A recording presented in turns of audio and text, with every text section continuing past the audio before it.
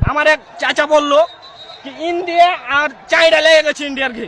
আমি করছি তাহলে তো বাচ্চা তো আমার দেশের কাজ যে আমার যে বিএনপি আমল এটা তো কাজ নয়। আমার দেশ যদি রক্ষা করতে হবে আমার দেশে এটি দেখছি তো ওরা কিন্তু টিএসএল বোম গুলি কিন্তু বিজেপিতে সবকিছু চালাচ্ছে, বিএসএফ ইটকুল টিএসএল সবই চালাচ্ছে। আমাদের বিজেপির একজনের আঙুল ফেটে গেছে, কাইতে গেছে, মানে 1 ইঞ্চির খান্ড লেগে আছে।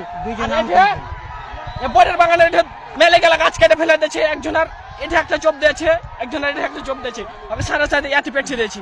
অনেক কোচে সবকিছু কেটে ফেলে দিয়েছে। বইয়ের বাগান দেখেন, আমার গেটে একটা দাদার বইয়ের বাগান আছে, একটা চাচার বইয়ের বাগান আছে, মানে সব বিশ্বাস করে দিয়েছে। এখন কি করবো? আর যে চালাতে আমরা থাকতে পারছি না খুব।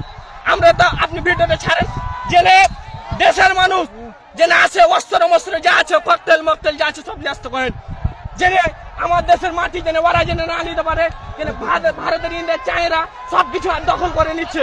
সীমান্তে ইন্ডিয়ার জনগণ এবং বাংলাদেশের জনগণ এখন উত্তেজনা, তারা তাদের বোম মারছে এবং গ্যাস ছাড়ছে আর কি। আর বাংলাদেশের লোক লাঠি হাইসা নিয়ে আছে, বিডিআরকে সহযোগিতা করছে, চরম উত্তেজনা। আমার একটা বিষয় যে আমরা কখনো বাংলাদেশের মাটিতে তারাকে ঢুকতে দেবো না। আমরা যতটুকু রক্ত দিয়ে আমার দেশ স্বাধীন করেছি, এই দেশকে আমরা কখনোই ব্যবহৃত দিতে পারি, ভারতকে আমরা দেবো না, 1 ইঞ্চি মাটিও আমরা ছেড়ে দেবো না।